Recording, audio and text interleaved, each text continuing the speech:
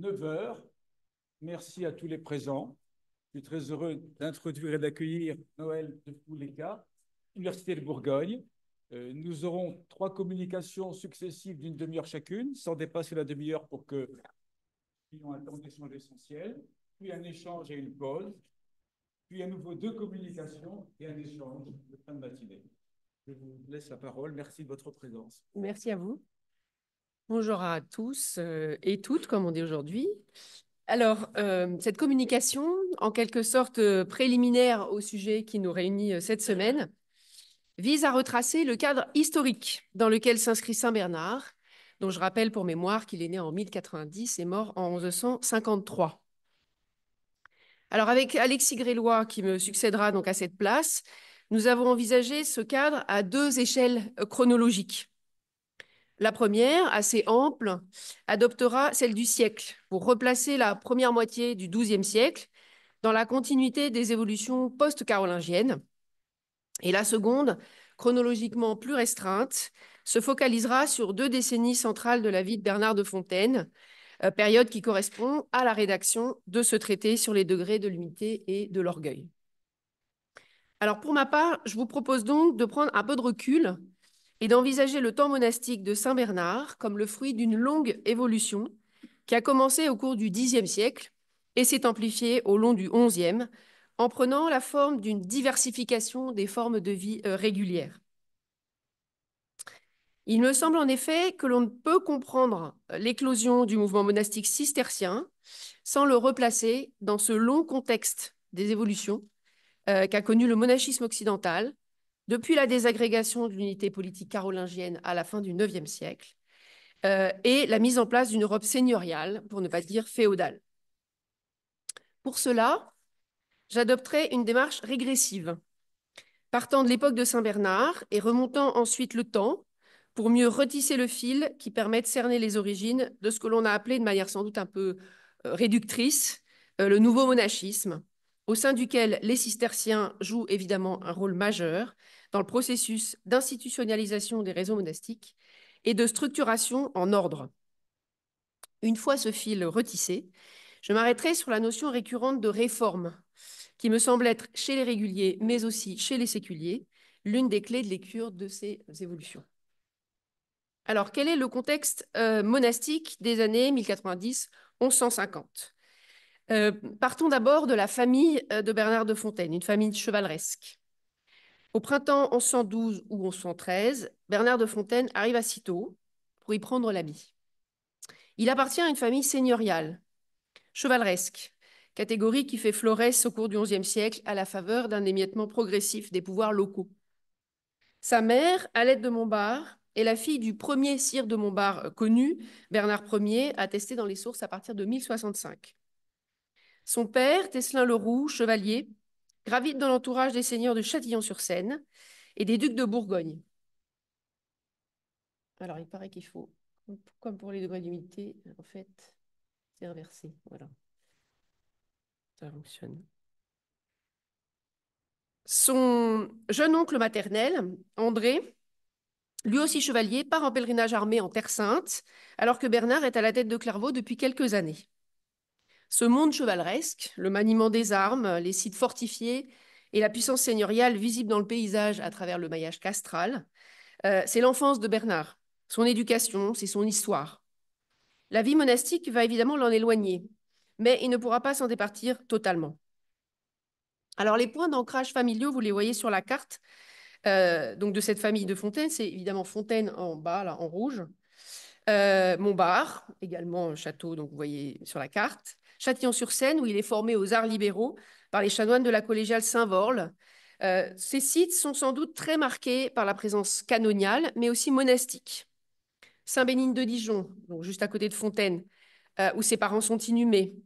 Des fondations tardo-antiques comme Saint-Seine et Réaume, Réaume-Moutier-Saint-Jean, ce dernier ayant d'ailleurs une chapelle à Montbard.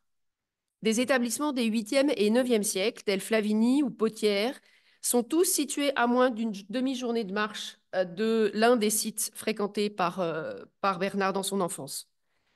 On sait par ailleurs que son père, Tescelin, est un des témoins de la charte de dotation des frères de Molesme.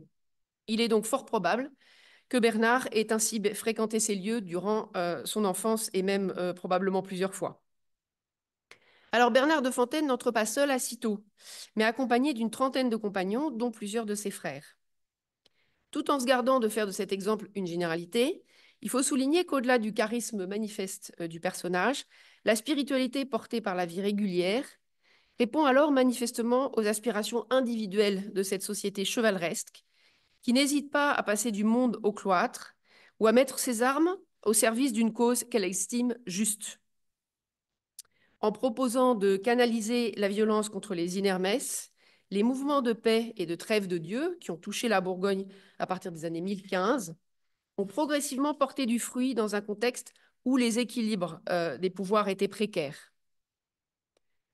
Au cours du siècle, la progressive affirmation des idéaux de renoncement au siècle et de conversion coïncide avec l'entrée massive d'aristocrates, plus ou moins élevés dans la hiérarchie, convertis tardifs au sein des monastères. Certains réformateurs ont d'ailleurs exprimé la crainte que ce mouvement de conversion, assez massif, alors certes positif sur le fond, ne déséquilibre la société seigneuriale en privant l'Église de ses défenseurs. L'appel au pèlerinage armé lancé par Urbain II en 1095 pour reconquérir les lieux saints de Jérusalem a aussi fonctionné comme un exutoire à cette violence seigneuriale, dénoncée et parfois instrumentalisée dans les sources. Cette familiarité de Bernard avec le genre chevaleresque perdure, mais se module au fil du temps, à tel point que Jacques Le Goff a pu dire de lui qu'il était, je cite, le grand interprète spirituel de la féodalité. Dans son éloge de la nouvelle chevalerie, qu'il rédige dans les années 1130 à la demande du duc de Payns, compagnon de son oncle et premier maître du futur ordre du Temple, il poursuit la volonté de spiritualiser le port des armes, comme l'avait fait avant lui Odilon de Cluny dans la Vita de Géraud d'Aurillac. Il expose la différence entre la chevalerie de Dieu, Miles Christi, et celle du monde, en proposant un idéal de sainteté pour mettre les armes spirituelles et temporelles au service du Christ. Par les responsabilités qui lui sont offertes, Bernard est lui-même confronté au risque du monde, à la tentation de sombrer dans la mondanisation, tout en conservant l'habit du moine, puisque Bernard restait abbé de Clairvaux jusqu'à sa mort, alors que ses talents lui ont ouvert bien des chemins vers d'autres charges plus séculières, mais qu'il a toutes déclinées. Dans ce rapport étroit au monde chevaleresque, il est aussi notable que la première grande réflexion qu'il se propose de mener soit justement celle de l'orgueil et de l'humilité, comme si, en passant du monde chevaleresque à celui des moines, il lui fallait passer justement de l'orgueil à l'humilité. Alors, dans ce contexte seigneurial, on observe une large diversification des formes de vie régulière. Tout comme l'ampleur des fonds documentaires de Cluny a remisé dans l'ombre la plupart des abbayes bénédictines restées indépendantes, le choix de Cîteaux et son immense succès a parfois relégué au second plan les initiatives qui l'avaient précédé et qui éclairent les tâtonnements de Robert de Molesme entre Montier-la-Selle, Saint-Michel de Tonnerre, Molesme et avant d'arriver à Cîteaux. L'initiative cistercienne est en effet loin d'être précurseur. Elle s'inscrit dans la lignée de nombreuses initiatives individuelles qui jalonnèrent le siècle. Porté par un idéal ascétique qui ne se satisfait pas du monachisme aristocratique véhiculé par les bénédictins traditionnels, des laïcs, des moines ou des clercs choisirent en effet seuls ou en communauté de revenir à l'austérité plus grande de l'anachorétisme des premiers pères du désert. Nombre d'expériences anachorétiques aboutirent à la constitution d'établissements dans lesquels l'association entre érémitisme et cénobitisme se fit plus étroite, renouant avec l'esprit des modèles tardo-antiques comme ceux promus par Jean Cassien. Ces initiatives émergent ponctuellement dans la péninsule italienne au milieu du Xe siècle, puis s'accélèrent surtout à partir des années 1030. En Calabre, Nil de Rossano pratique dès les années 940 l'érémitisme avant de fonder plusieurs communautés entre Italie du Sud et Latium, cherchant à mettre ses pas dans ceux du monachisme primitif. Romuald de Ravenne, fils de l'aristocratie locale, déçu par la voie monastique traditionnelle, se retire dans une île de la lagune vénitienne vers 976, avant d'expérimenter pérégrination, solitude et ascèse entre Plaine du Pô et Toscane, et de fonder plusieurs ermitages avec l'appui d'évêques et de seigneurs locaux, dont celui bien connu de Camaldoli. Les communautés camaldules associent ainsi ermitage et maisons cénobitiques, le cénobium étant soumis à l'éremum. Le normand Herluin, fondateur du bec, n'embrasse quant à lui la vie ascétique que vers 1035, après plusieurs décennies de vie chevaleresque. Jean Galbert choisit la règle de Saint-Benoît à San Miniato, mais ses supérieurs, qui étaient sous le coup d'accusations de simonier et de nicolaïsme, fondent en 1036, dans une forêt d'altitude vallombreuse, une communauté qui s'appuie sur une lecture littérale et ascétique de la règle mi-érémitique, mi-cénobitique. Le chanoine de Brioude, Robert de Turlande, se retire au désert avec quelques compagnons en 1043, puis revient ensuite à la règle de Saint-Benoît pour sa fondation de la Chaise-Dieu. Après avoir exercé les fonctions canoniales pendant près de 30 ans au chapitre de Reims, Bruno de Cologne choisit la voie érémitique en s'installant d'abord à Sèche-Fontaine, une dépendance de Molesme, puis, avec l'appui de Grenoble, Hugues de Châteauneuf, au cœur du massif de Chartreuse, avant de prendre la route de Rome, puis finalement la Calabre.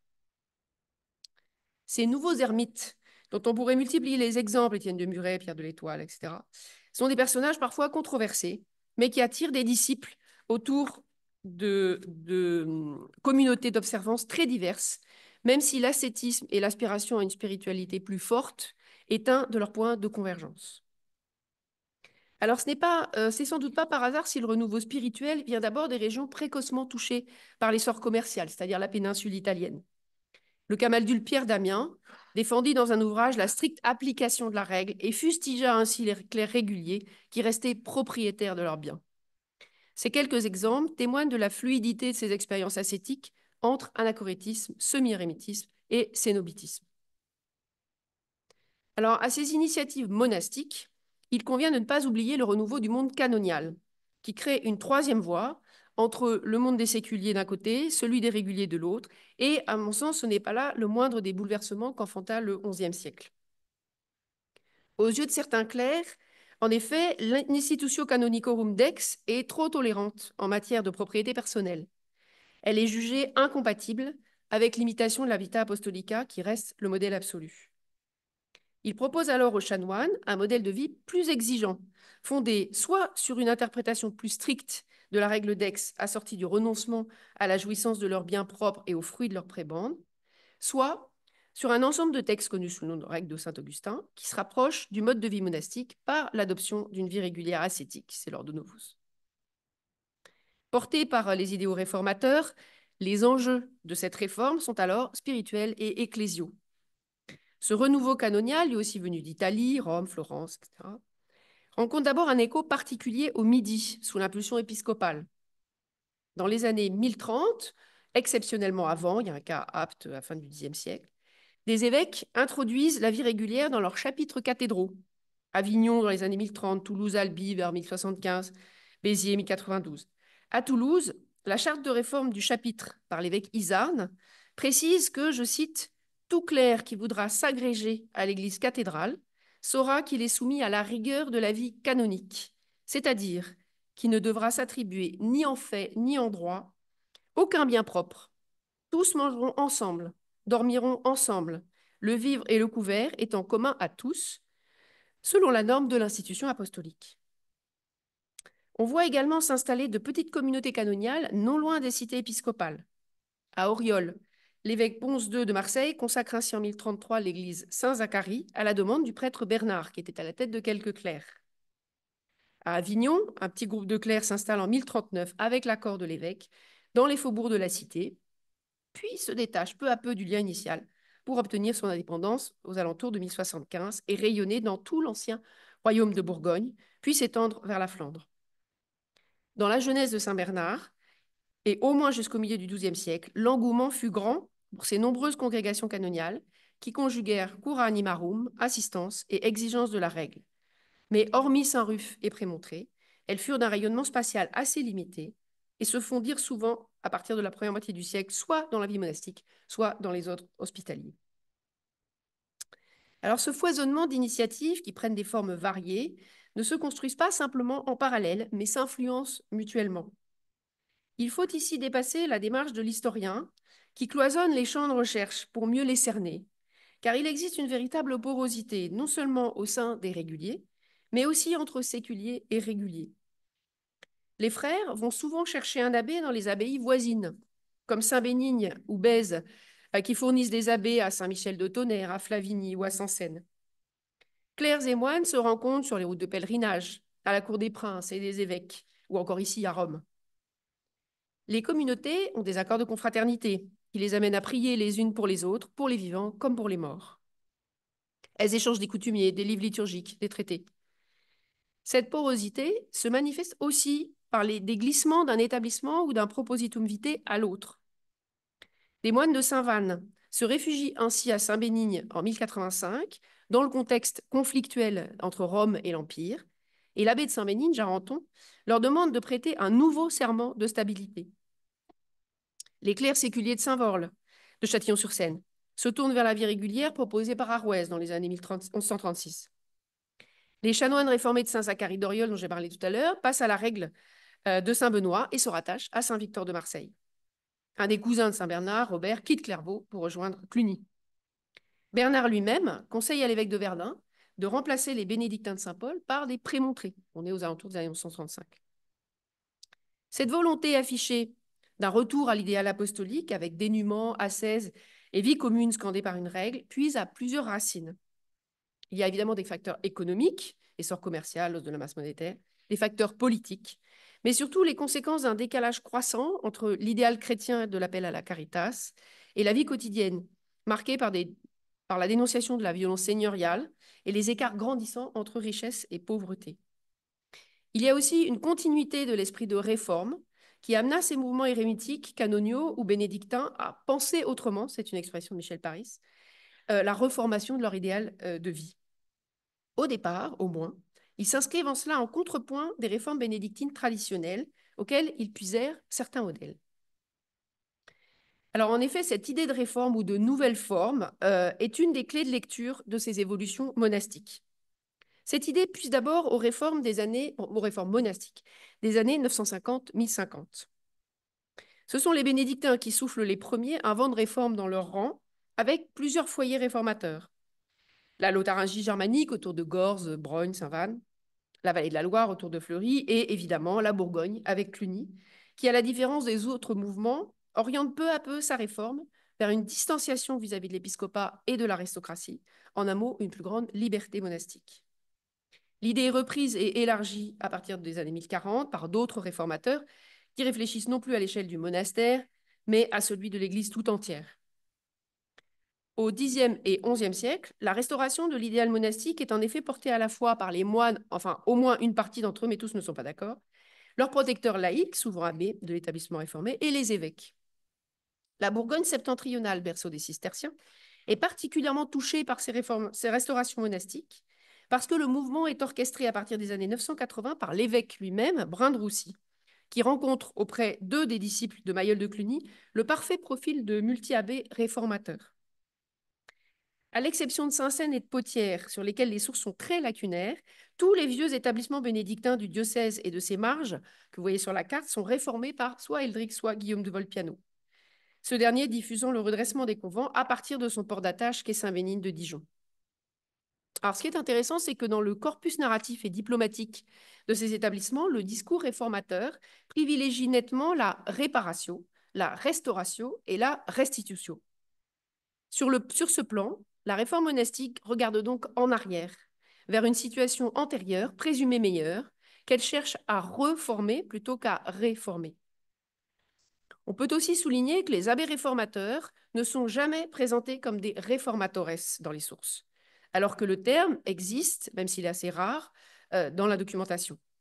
Pour les chroniqueurs et les rédacteurs médiévaux, ces abbés sont avant tout vertueux et efficaces, davantage désignés par leur personnalité et leur action que comme des figures de proue d'un mouvement général.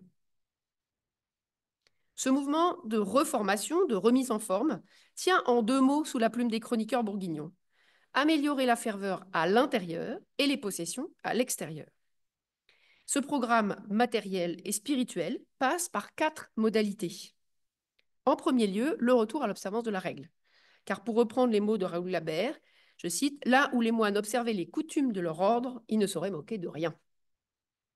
Le volet matériel de la réforme est le deuxième point majeur du processus qui cherche à restaurer et étendre l'assise foncière qui est la sienne. Il entraîne la constitution d'un réseau de dépendance ecclésiale et conventuelle, pour la plupart issus de donations laïques, mais qui reste le plus souvent dans le cadre d'un rayonnement régional. Ce réseau de terres, d'églises et de petits monastères sont polarisés par leur lien de dépendance avec l'abbaye mère, mais restent souples. Le succès de ce redressement passe également par la pierre et par l'écrit. Dans la vita qu'il consacre à Guillaume de Volpiano, Raoul Gabert ne manque pas de souligner que cette aisance matérielle permet l'embellissement du monastère. L'abbé réformateur doit donc aussi être un bâtisseur d'églises, de bâtiments claustraux, d'ateliers monastiques. La reconstitution de la mémoire des origines, l'instrumentalisation des figures saintes à travers les récits hagiographiques ou la confection de recueils d'actes dans des cartulaires sont autant d'autres modalités qui caractérisent les processus de réforme. Ces réformateurs monastiques n'écartent pas non plus l'usage du faux, car à des degrés divers, et en particulier pour justifier des privilèges acquis par le passé, ou en tout cas qu'ils veulent mettre en évidence par le passé, la falsification est un moyen commun d'adapter le vrai à l'aune des ambitions réformatrices. Une particularité de ces processus réformateurs est leur récurrence. En Bourgogne, Bèze et Saint-Bénigne sont réformés 3 fois en 2 siècles et demi. Réaume, Tonnerre, Vézelay, Vergy, Saint-Germain-d'Auxerre, 2 fois en moins d'un siècle. Si on exclut Potiers, Saint-Seine et Molhomme, sur lequel il n'y a quasiment aucun document, seul Flavigny échappe à ce processus de réitération. Les établissements sont ainsi touchés par au moins 2 ou 3 vagues réformatrices, selon le schéma chronologique d'un élan réformateur important autour de l'an 1000, mais qui revient aussi en force à partir des années 1080. On le retrouve en particulier non pas seulement en Bourgogne, mais aussi en Flandre, autour d'abbayes comme Saint-Amand, Saint-Bertin, Saint-Pierre, Saint-Va, Marchienne, Saint-Bavon. On pourrait multiplier les exemples. La multi-réformatio, si on peut se permettre ce néologisme, est donc tout à fait commune. Si elle s'explique d'abord par la longévité des établissements, la phase qui s'étend du Xe au milieu du XIIe siècle correspond tout de même à une accélération du phénomène. Entre 1070 et 1120, c'est-à-dire quelques décennies, donc au moment de la fondation, avant et après la fondation de Cîteaux, nombre de monastères réitèrent ce processus selon d'autres modalités. En Bourgogne, la fondation de Molesme, puis 25 ans plus tard celle de Cîteaux, coïncide avec un renouveau de plusieurs établissements traditionnels bénédictins. Reprenant le schéma éprouvé commanditaire et abbé réformateur venu de l'extérieur, l'évêque de Langres, Hugues Renard, s'appuie sur le concile d'Autun pour appeler le jeune prieur de la Chaise-Dieu Jarenton à prendre la tête de Saint-Bénigne. On est en 1077. Étienne de Joinville était prieur de Bar-sur-Aube lorsque l'évêque Robert de Langres le convainquit de venir diriger les moines de Bèze, laissés sans père par le retrait de leur abbé à Cluny. On est en 1088. Quelque temps plus tôt, les frères de Saint-Michel de Tonnerre avaient donc appelé Robert, alors moelle de Montier-la-Selle, à venir restaurer une plus stricte observance dans leur convent, ce qui n'a d'ailleurs pas tellement bien fonctionné. Sans être toujours présentés comme réformateurs, ces abbatiats, qui prennent souvent place après des temps de vacances, s'étirent sur plus de 3 décennies et renouent avec une politique dynamique de restauration, tant sur le plan foncier qu'architectural ou mémoriel. Si l'impulsion interne au convent est souvent difficile à mesurer, ces temps de remise en forme correspondent aussi à une évolution des relations entre le monastère et ses clients, seigneurs et fidèles laïcs. Le succès de ces phases de relèvement est non seulement mesurable par l'accroissement des échanges entretenus par le monastère avec son entourage, mais aussi par l'arrivée plus importante de nouveaux moines. Selon le cartulaire chronique de Bèze, qui est très éloquent sur ce plan, rédigé vers 1120, le convent passe d'une vingtaine de frères en 1088 à une centaine au temps du cartulariste. Cette notoriété se manifeste aussi par les carrières des frères, dont certains sont appelés à l'abbatiat ailleurs. Bèze, donc, je l'ai dit, a fourni des abbés à plusieurs abbayes, dont parfois des abbayes en dehors de la Bourgogne, en particulier Saint-Éloi de Noyon. Parallèlement, Cluny, avant de connaître les dissensions internes sous l'abbatiat de Pons de Melgueil, réussit enfin à prendre durablement pied en Bourgogne du Nord, alors que cet espace septentrional lui avait été longtemps rétif. Après la mainmise sur Vézelay, que le chroniqueur Hugues Le Poitevin, qui rédige dans les années 1170, qualifie, je cite, de peste d'asservissement aux Clunisiens, l'abbaye clunisienne fait entrer dans sa dépendance Vergy, qui avait été réformée par Guillaume de Volpiano, qui est au sud de Dijon. Vendeuvre, tout au nord du diocèse, cédée par le seigneur local aux alentours des années 1080, et surtout avec l'aide d'Urbain II, Saint-Germain-d'Auxerre, peu avant 1100. Robert de Molesme et les premiers frères de Cîteaux ne peuvent, là encore, ignorer ce qui se passe dans les établissements voisins. C'est aussi à partir de 1080 que les Clunisiens, soutenus par Rome, sont envoyés promouvoir la réforme. Hugues de Semur ou le légat Richard d'Albano sillonnent la Flandre pour y rencontrer évêques et puissances comtales. Dans les années qui suivent, des prieurés sont ainsi fondés ou intégrés à la dépendance clunisienne. Les coutumes de Bernard de Cluny, rédigées vers 1080 et destinées à mieux intégrer les nombreux novices qui se pressent au monastère pour prendre l'habit, sont aussi adoptées par plusieurs monastères flamands. Mais en Flandre au moins, cette clunisation, observée à Saint-Bertin ou à Tournai par exemple, n'est pas toujours synonyme, comme à Vézelay ou à Auxerre, d'un processus d'inclusion dans l'Ecclesia Clunacensis. Il s'agit le plus souvent d'emprunt, d'influence, et même à Saint-Bertin, où l'abbé Lambert est pourtant un fervent partisan de Cluny, les privilèges d'exemption ne s'appliquent pas et laissent intacte l'autorité de l'ordinaire. Sans vouloir éclipser les enjeux de pouvoir locaux, sous-jacents évidemment à ces élans de reformation dans le dernier quart du XIe siècle, il convient de souligner que la dimension spirituelle de ce renouveau est plus perceptible dans la documentation que par le passé. Alors pour terminer, revenons maintenant à Cîteaux et à Saint-Bernard. En quoi les fondations de Molène, puis de Cîteaux, sont-elles réformatrices?